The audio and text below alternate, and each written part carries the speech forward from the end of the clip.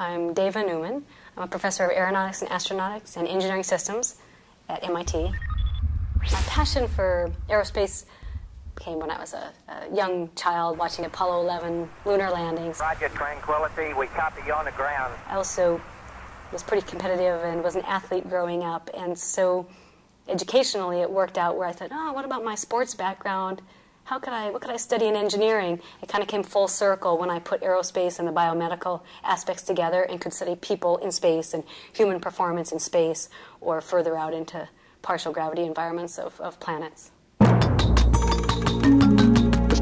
It's time for us to realize this biosuit has second skin capability. It's a very different design than the suits that flew in the Apollo. We had the bunny hop, if you remember Neil Armstrong, Buzz Aldrin, they kind of bunny hopped around. The Apollo suits were great for the era that they flew, but the folks weren't there to live and work. We need to design a suit that gives people natural mobility and capabilities so that they can move around just like you would on Earth. I call it the biosuit systems. It's a new advanced spacesuit design concept that uses mechanical counterpressure. What that is basically squeezing the person where you would actually apply pressure and keep the person alive that way. The idea for the biosuit system, I have to say, again, a little bit inspired by watching the Sydney Olympics. The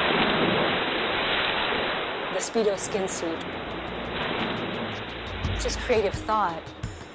Then we need to put some reality to them, and that's where, as an engineer, I put some math and facts behind them, think about them. I want to make sure to give credit to Dr. Paul Webb, who in the late 60s proposed a similar idea to NASA, this concept of mechanical counterpressure or a skin suit, and he built a prototype. So when I was doing my graduate work, I went through the archives and looked at this prototype design. I think it was a great idea, maybe a great idea before its time. But I dusted off all those reports. I've had the chance to work with Paul, and he's given us some consultation. There's also a technology push. New advanced ideas and technologies we can incorporate into spacesuits for humans. Buzz Aldrin now is an advisor on my advisory board. So it's nothing like having someone who was there on the moon and say, what do you think about this new suit? We also look at the flip side. We'd love this suit, our biosuit, to be able to help with performance. Our astronauts on a Martian mission, they're going to be at least 6 months in the craft. If they don't have artificial gravity, they're going to end up on the Martian surface a little bit debilitated. They'll be okay, but they won't be able to perform at the high standard you would like them, given the expense of the mission. So if we have a suit that can enhance their performance and help them with locomotion, that would be ideal. These projects are critically important.